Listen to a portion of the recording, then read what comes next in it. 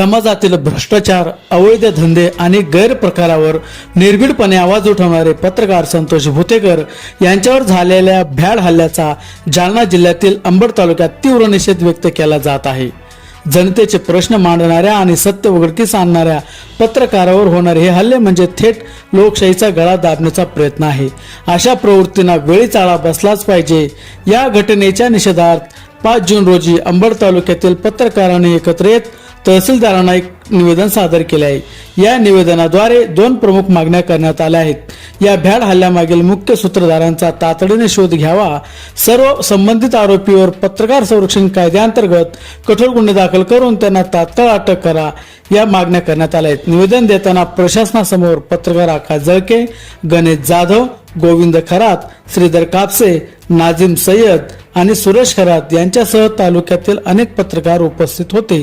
या घटनेमुळे संपूर्ण पत्रकार वर्गात प्रचंड संतापाची लाट असून प्रशासनाने यावर तात्काळ आणि कडक कारवाई करावी अशी मागणी जोर धरत आहे.